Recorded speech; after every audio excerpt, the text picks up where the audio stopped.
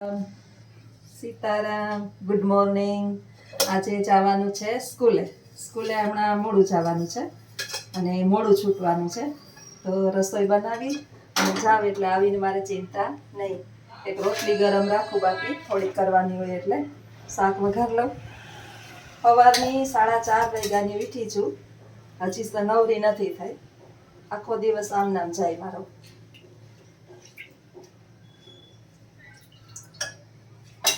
એક બેન કહેતા હતા કે શાકમાં તેલ થોડુંક ઓછું નખાય. ઓછું જ છે, નાનકડું પાવરું છે એટલે થોડુંક તો કોરું મોરું શાક કરીએ તો થોડુંક તેલવાળું શાક તો જોઈએ. અને અમારાને જરાક તીખું ને તમતમતું હોય તો જ ભાવે. શાક બનાવવાનું છે ગુવાર બટેટાનું. હમણાં ફટાફટ સ્પીડમાં ભાગશે બધું. તેલ થઈ જાય તો બટેટા સુધારાઈ જાય. સવારની 4 વાગ્યાની નવરી ઉઠી હોય, 4:30 વાગ્યાની. કામ બધું પતાવી લઉં. કચરા પોતા કપડાં વાસણ બધું થઈ ગયું. બાને નવરાવી દીધા, રેડી કરી દીધા, નાસ્તા પાણી કરાવી દીધા સવારના વહેલા ઉઠીને. હવે બપોરની તૈયારી છે. 4 વાગ્યાની વાત, 1:30 વાગે આવું. બપોરે 1 થઈ જાય ને 1:30 થઈ જાય, કંઈ નક્કી ન હોય, કામ ઉપર આધાર હોય. અત્યારે વિદ્યાર્થી નથી ને એટલે ફિક્સ ના હોય, ક્યારેક વહેલાય છૂટીએ. એટલે શાક એક બનાવી લઉં તો આવીને બહુ મોડું ન થાય. માણસ ઓટલે બેહે, થોડાક બેનો પાસે બેહે, ઓટલા સભા કરે. મારી પાસે આવી કાંઈ એટલે કાંઈ જરાય સમય નથી. આખો દિવસ બસ એક જ કામ ને કામ. અને નવરી હોય તો બહાર કામ કરતા ખાલી હું વિડીયો જ નથી બનાવતી. આ એક જ કામ મારું નથી. આ તો હું મારું કામ કરતી હોય ને ત્યારે વિડીયો બનાવું. બાકી આખો દિવસ તો મારે આ જ કામ છે. બાને સાચવવાના, ઘર સાચવવાનું, પછી નોકરી કરવાની. અને લગભગ એમ કહું ને કે 30 વર્ષ થયા આને આ ભાત છે, હજી આરો આવ્યો નથી ને આવશે નહીં એવું લાગે છે. કેમ કે અમુક માણસ જે છે ને એ કુંડળીમાં લખાવીને આવી હોય ઢાહેડા, એટલે હું લખાવીને આવી છું. પણ મેં નક્કી કર્યું કે જે પણ કામ કરીશ ને એ હસતા હસતા કરીશ, એટલે થાક નહીં લાગે. આજે મૂકવા વાળું કોઈ નહોતું. મારા ભત્રીજાને કર્યો ફોન કે 5 મિનિટમાં હું પહોંચી જાઉં ને, 10 મિનિટમાં તો મને તેડી જા, નહીં તો મારે હાલી જવું પડશે. આજે મૂકવા વાળું કે રિક્ષા કોઈ છે નહીં, તો આવ્યો છે મારો ભત્રીજો તેડવા મને. હમણાં તો ફટાફટ તૈયાર થઈ જાઉં ને કામ કરી લઉં રસોઈ, એટલે ભાગતી થઈ જાઉં સ્કૂલે. આ બા માટે બટેટા છે, અમે ખાઈએ ગુવાર. બા હાટું બટેટા નાખવા જ પડે, કારણ કે એ બટેટાનું શાક ખાય. આપણે જોયું નાના છોકરા છે ને એ બટેટાના એવા હોય, એટલે બાને છે ને મારા છોકરાઓને બટેટાના જેવા કર્યા હતા. માંડ થોડાક લીલોતરીના શાક ખવડાવતા શીખવાડ્યા. બાને બટેટાનું શાક ભાવે.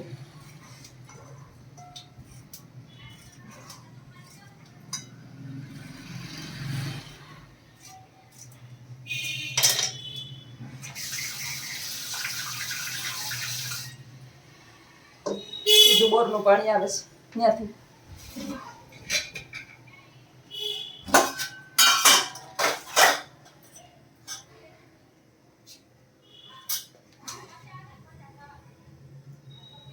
જોવે નિરીક્ષણ કરવા આવ્યા કે મારી વહુ શું કરે છે. શાક બનાવું.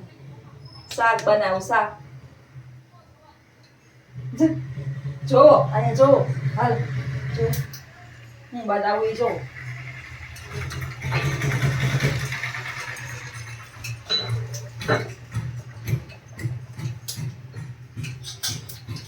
હું બનાવું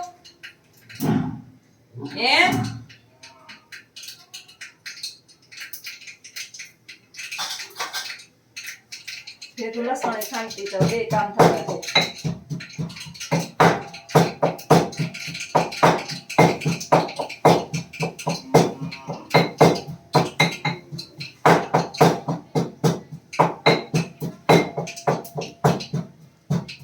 પેલા છે ને બા બધું બનાવી દેતા, શાક ને રોટલા રોટલી બધું બનાવતા. હવે બિચારાનું મગજ કામ નથી કરતું. 10-15 વર્ષથી મગજ કામ નથી કરતું. પેલા તો બનાવતા, ભણતી ને ત્યારે તો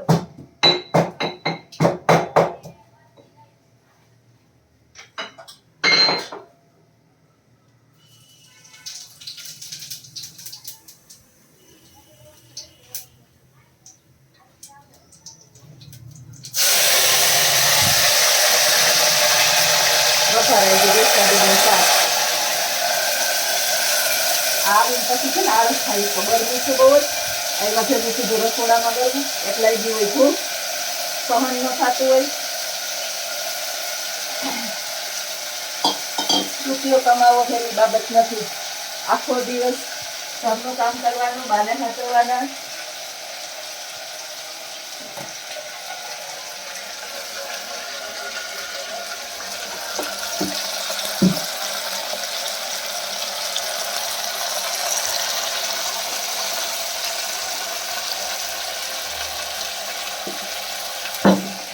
લસણ વાળી ચટણી છે ને તાજે તાજી નાખીએ ને તો શાક મસ્ત થાય.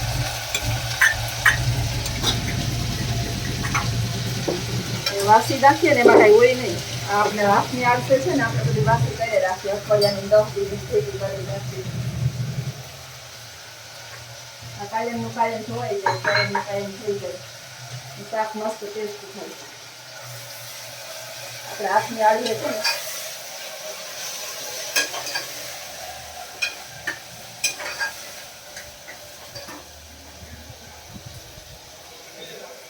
માણસ એમ કહેતા હોય કે નોકરી કરતા હોય ને કામને આળસુ લાગે. પણ અમારી બાઈ મને એવી ટ્રેન કરી ને કે હા જરી વાર બેહવા જ નથી દીધી. કામ કામ ને કામ બસ. એટલે મને હવે આળસ નથી થતી. હું એના જેવી થઈ ગઈ, બા જેવી. ઉઠે ત્યાંથી મારા ભેગું કામ ઉઠી જાય. ચાવું શાક હોય ને તો ખાઈ. આ પાણી જેવું ને એવું ન હોય. ગુવાર બટેટાનું શાકની અંદર રસો કે હોય ને તો સારું ન લાગે. આમ કોરું મોરું ને ઘાટા રસાવાળું શાક હોય, થોડુંક આમ જરાક આમ તેલમાં ચડી ગયું હોય. ઓલું તો પછી ગુવારે નોખા ને બટેટાય નોખા ને રસોઈ નોખો એવું શાક કોઈને ભાવે નહીં.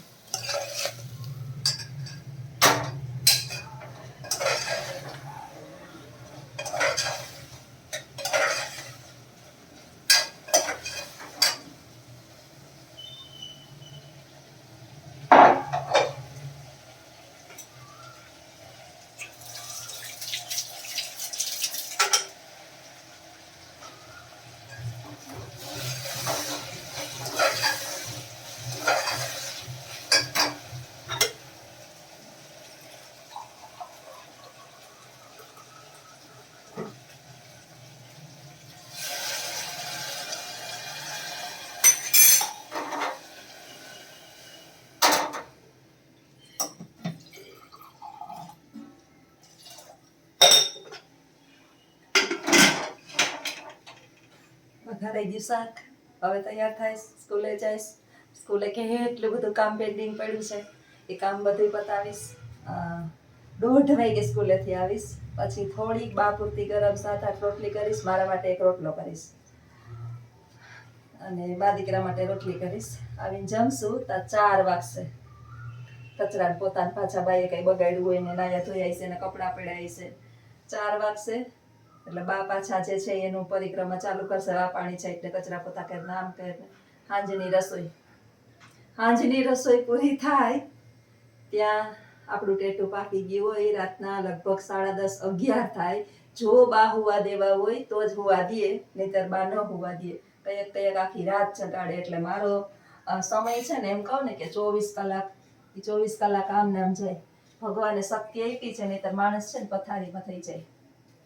અને બાના કંઈક આશીર્વાદ હશે કે મને કંઈ બહુ વાંધો નથી આવતો. ક્યારેક ક્યારેક બીમાર પડી જાઉં પણ શરીર વધતું નથી. એને કારણે દોડાદોડીની અંદર માણસ છે એ શરીરને પાતળું કરવા માટે છે ને કસરત કરે ને યોગા કરે ને જીમમાં જાય ને આમ જાય ને માં જાય. મારે ક્યાંય જવાની જરૂર નથી પડતી. દિનચર્યા છે સવારના 4 વાગ્યાનું ઉઠવાનું, સ્કૂલે જવાનું, સ્કૂલે 5 કલાક ઊંઘવાનું. હમણાં તો વિદ્યાર્થી નથી આવતા, વેકેશન છે અમારે જ, ખાલી સ્ટાફને જ જવાનું છે. 1-12 આવવાનું. આવીને પાછી રસોઈ કરવાની, કામ પતાવવાનું. બાને પછી સ્કૂલ ચાલુ હોય એટલે તો બાને પછી નવડાવવાના. એટલે આખો દિવસ છે ને શેરીની અંદર શું થાય છે, કોને ત્યાં શું થયું, કોણ બાઈઓ ભાઈઓએ શું કર્યા, ઘરની અંદર કોણ ઝઘડા, આ તે મને કાંઈ જ ખબર ન હોય. બા નિરીક્ષણ કરવા આવે કે મારી બહુ શું કરે, શાક બનાવે કે શું કરે.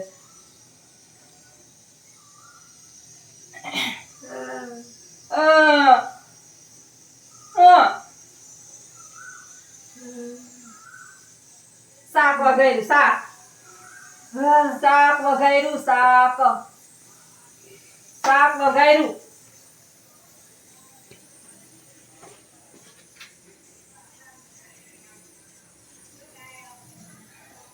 ગરમી થઈ ગઈ શાક વઘાર લીધું ત્યાં બેહો. શાક વઘારતી હતી બા. શાક વઘાર્યું શાક. માર જવાનું ને નિશાળે. તો મોડું થાય ને આવું તો. ત્યાં પકાય શાક વઘાર્યું. બા યાક કીએ. આપણે શાક કહીએ ને બા યાક કીએ.